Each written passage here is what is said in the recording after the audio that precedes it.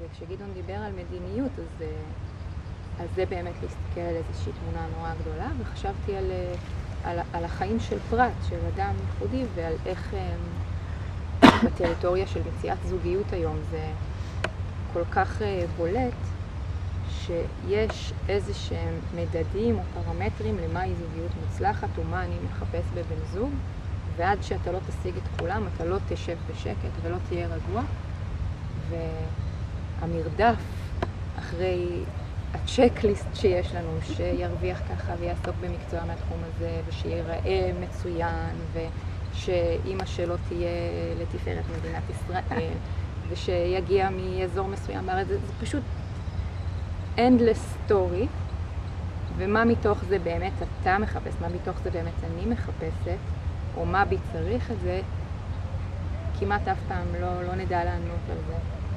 אם שואלים את זה בכלל. אם בכלל שואלים, נכון, כי זה כאילו משהו שמוכתב לנו מבחוץ, וזה נכון לגבי הזוגיות שלנו, זה נכון לגבי באיזה בית אנחנו גרים, באיזה מקצוע אנחנו בוחרים לעסוק, כמה ילדים יש לנו בבית, וכך הלאה.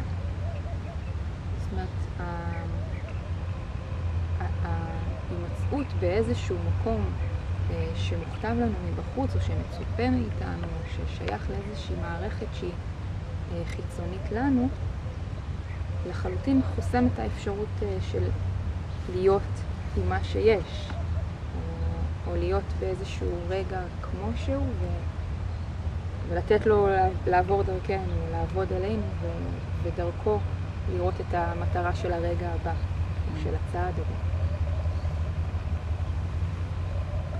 זה מעניין מה שאנחנו פה לאט לאט עולים עליו. אני חושב שמצד אחד הנושא של לאמץ מטרה כלשהי זה עניין לא פשוט. גם אם אפשר להשתמש במילים האלה ולהגיד מטרה ומשימה וכל זה, זה עדיין כמו שאת אומרת, המטרות כבר קיימות, אתה מסתכל איזה מטרות יש בסביבה שלך שמתאימות לך, שאתה אולי מצויד בכישורים שלהם ואתה הולך על זה. עכשיו, זה לא בהכרח מטרה, אפשר לקרוא לזה קריירה או ג'וב או תעסוקה, זה דבר אחד. הדבר השני אני חושב זה, נניח שיש אחת כזאת. עכשיו, איך חיים את זה? זה השאלה. ופה אני חושב שהצעד הראשון זה הצעד של קבלה. הצעד של להיות פתוח מספיק וער מספיק לקבל את הדברים כמו שהם, כמו אותו שחקן טניס. שמתוך איפה שהדברים נמצאים, אתה עכשיו יכול להתחיל לשאוף למטרה. כשאת מסתכלת על הרשימה הזאת של הדרישות לבן זוג המושלם, דרישות לתפקיד, אז את לא מקבלת את מה שיש מולך.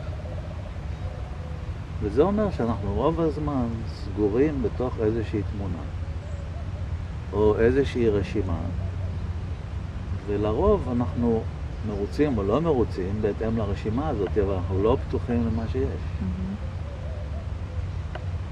וזה יכול להציע שאנחנו חיים בתוך איזושהי תוכנה של מה צריך ומה לא צריך, איזושהי רשימת סופר.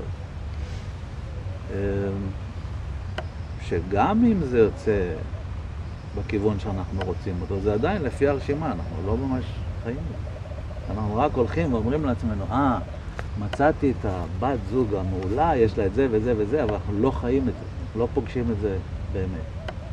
אז יש כאן שתי קצוות. מצד אחד, לאמץ מטרה, שהיא אכן באה מאיתנו, כי עשינו את המחקר מסביב, את הלימוד, את מה שהולך עם זה. ואז לשכוח את זה ולחיות איך שאנחנו ואיפה שאנחנו בדרך לזה. אז יש כאן שני קשיים. שני קשיים מסוג שונה כל אחד מהם. שניהם דורשים את הבית ספר שלהם, את הלימוד של ניסיון וטעייה בתוכם, כי כל אחד מהם זה משימה בפני עצמו. נוסיף על זה את התחזוקה שאלון דיבר עליה, את ה-maintenance. כל אלה טובים ויפים, אבל יש את המציאות, ואתה פתאום בברוך מצד אחד ובברוך מצד שני, וזה כל הזמן מתרחש כולם ביחד.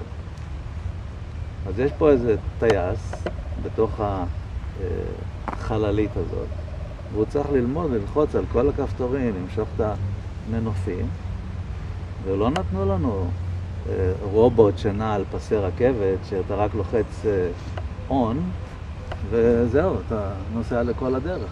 והכוונה היא שהטייס הזה, או הנהג הזה בפנים, אכן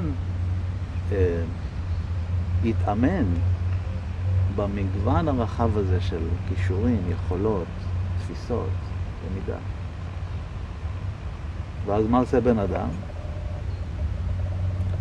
הוא נכנס לחיים שלו, ומוצא שהם באמת כאלה מתהפכים ונתקעים בקיר ובולעים מים ונכנס חול ומה שזה לא יהיה, ואומר, אוי ואבוי, מה הלכו לי החיים? במקום להבין, זה בדיוק מה שמדובר, ואם לא תלמד את הכישורים האלה, אז הם תמיד יהיו לך בעיה. אתה רוצה להיות רובוט, בסדר, בבקשה, אף אחד לא יגיד לך לא. אבל זה לא מה שהוכשרת אליו, זה לא מה שהוצבת לו. אני חושב לאהוב את זה, זה אומר שאתה תלמיד טוב בבית ספר. אבל אם אתה מקטר על כל שיעורים שנותנים לך, על כל משימה, על כל תרגיל, אתה תישאר בכיתות שאתה תקוע בהן ואתה לא הולך שום מקום. זה לא שמישהו יגיד לך, כן?